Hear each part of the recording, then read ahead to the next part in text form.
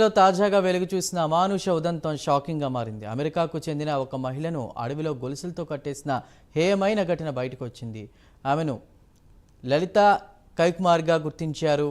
50 ఏళ్ల వయసున్న ఆమెను గొలుసులతో చెట్టుకు కట్టేసి వెళ్లిపాడు కిరాతక భర్త. మహారాష్ట్రలోని సింధుదుర్గ్ జిల్లాలో ఈ అమానుష ఘటన చోటు చేసుకుంది. ఆకలితో అలమటిస్తూ వర్షంలో తడుస్తూ ఆర్తనాదాలు పెట్టినా ఎవరికీ వినిపించని ధన్య పరిస్థితుల్లో ఆమె వేదనను విన్న ఒక గొర్రెల కాపరి కారణంగా ఈ దారుణ ఉదంతం వెలుగు చూసింది.